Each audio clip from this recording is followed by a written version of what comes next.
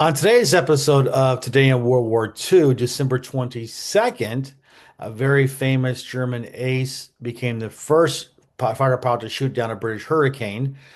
On the Karelian Peninsula in Finland in the Winter War, the Finns overrun another Soviet division. In Leningrad, the Russian Soviets were able to finish a ice road and actually send tanks and trucks into Leningrad. In the Philippines, the Japanese landed 45,000 troops on the main island of Luzon. And finally, in response to the German demand for surrender in Bastogne, the deputy commander of the 101st Airport responds, "Nuts." Let's get started.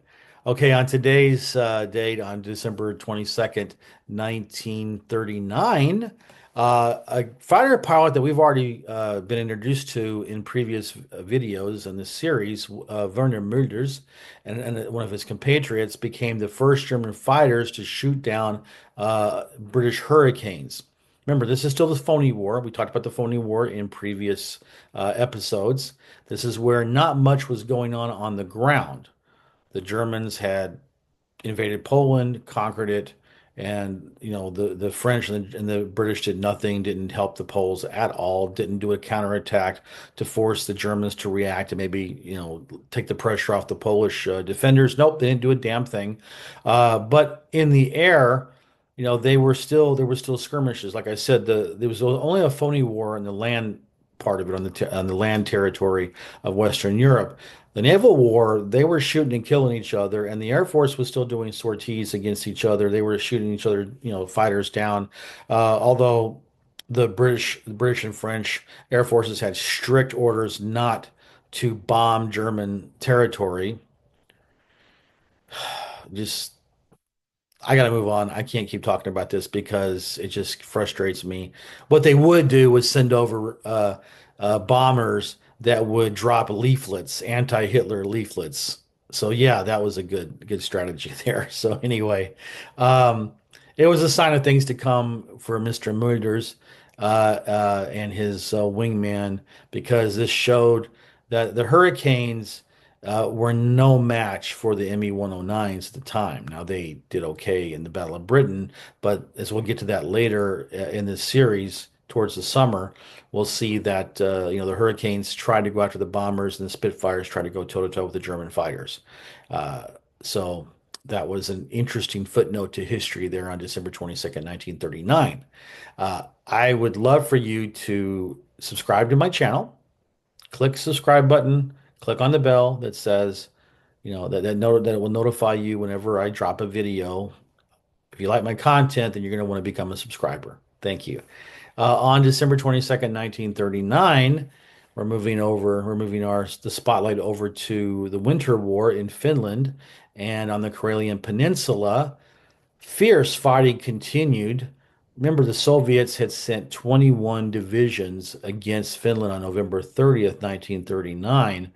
The war had been going on for about 3 weeks, and the Soviets were still just not having any luck. The Finns were chopping them up. In this case, in previous videos the last few days, I told you about how the Finns were destroying Soviet divisions. You think about divisions about 10,000 men per. That's think about that. This is another case of the Finnish Army Group Talvela overran the Soviet 75th Division in hand-to-hand combat at a very hard to pronounce city called Aglajärvi, which means Agla means some is whatever. Järvi means lake on the Karelian Isthmus. I do speak Finnish, so hand-to-hand combat, and they overran the division. Think about that. A country of a little over 3 million, negligible armed forces in comparison to the Soviet behemoth, but the Finns had sisu, which is an untranslatable word into English. It can mean a number of different things, but it means heart. It means heart. It means uh, balls, if you want to call it that. And they showed that in this attack. So I love to see how the Finns fought for their freedom and were able to salvage. an armistice later on in 44 that kept them free. And then if you like what the Finns did, if you like my content, then by all means, make the extra effort, click on the thumbs up to like it, and then leave a comment so that way you're doing my part to fight against the YouTube behemoth, and the algorithm, and to help me get this out in front of more people so I can grow my channel. Thank you.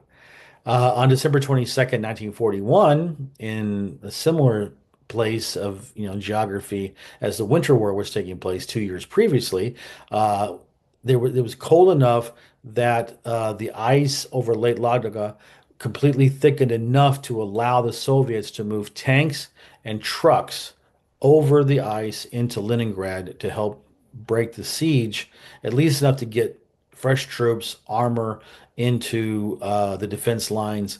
And what's more important for the civilian population, they were able to bring over about 687 tons of food.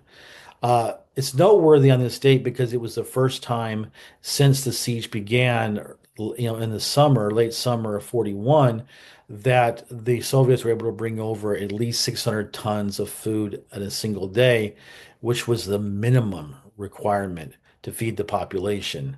That didn't happen very often during the war, and that's why there were so many civilians who died of starvation. So, it's not a fun topic, but it's worth a read to start to read up on what the civilians went through in the siege of Leningrad. It was awful. Something else that was awful that happened on this day. This is in the Pacific, in the Philippines, on December 22nd, 1941. The Japanese were landed 45,000 troops. This is the Japanese 48th Division. They landed about 90 tanks on Lingayen Gulf in Luzon. That was the main island of the Philippines. That's where most of the American and Philippine forces were located. They did have some troops down in Mindanao, in the big southern island in the chain, but this was the capital. Manila was there.